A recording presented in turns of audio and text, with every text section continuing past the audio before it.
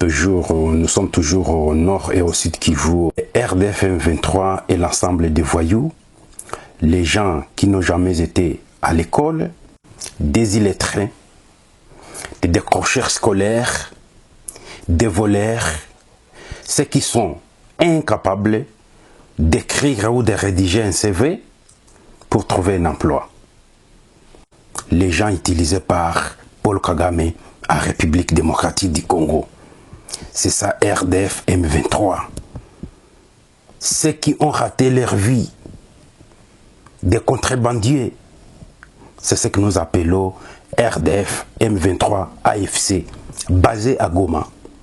Paul Kagame n'a jamais utilisé une personne intellectuelle en République démocratique du Congo. Exemple, regardez les maires de la ville de Goma. Suivez.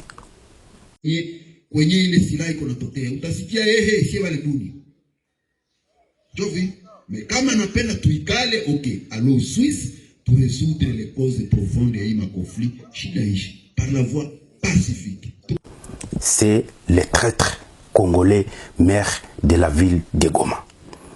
Même chose avec Joseph Kabila. Suivez. C'est le moment où je prends la parole pour la première fois. La parole devant le Conseil de sécurité. Je garde en mémoire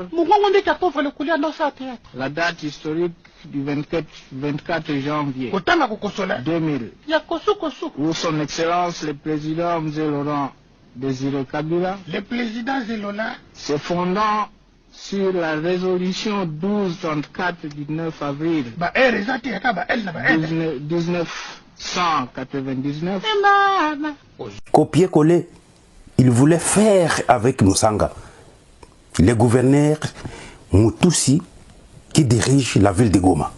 Suivez.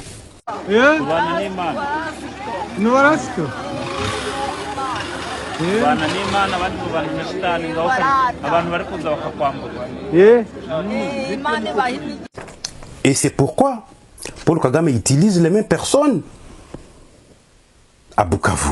Tous les commerçants de la ville de Bukavu aujourd'hui travaillent pour RDF M23.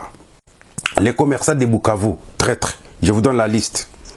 DPMR, Paul Kagame vient d'ouvrir le bureau pour collecter l'argent en République démocratique du Congo et cet argent passe par DPMR. Les Rwandais ont installé les services appelés DPMR à Bukavu. Ce sont les Rwandais qui collectent l'argent avec certains Congolais bien sûr. Voici la liste des traîtres qui volent, qui pillent. Nous avons Richard Chibinda Butochimba. Richard Chibinda Butochimba, DPMR à Bukavu. 2. Chikambaswa Olivier. Chikambaswa Olivier, traître. Balola Bashizi Rémi.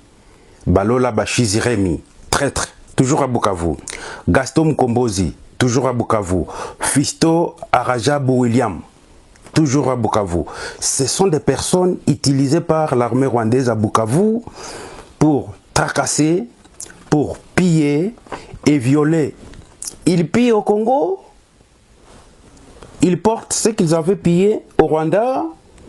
En arrivant au Rwanda, ils se partagent. Les Congolais traîtres dans la ville de Bukavu, nous sommes le 28 mars 2026. Toujours dans la ville de Bukavu, nous sommes en train de chasser les Mutusi, mais certains Congolais contribuent pour l'armée rwandaise, pour que l'armée rwandaise continue à piller, à agresser, trouver des finances en République démocratique du Congo. Les gens qui ont contribué leur argent à l'armée rwandaise dans la ville de Bukavu, dans ce qu'ils ont appelé effort de guerre libéré par les commerçants de Bukavu. Mukanisa Sylvain a donné 720 000 $ à l'armée rwandaise. Iradi Mparani, il a contribué 300 000 $ à l'armée rwandaise.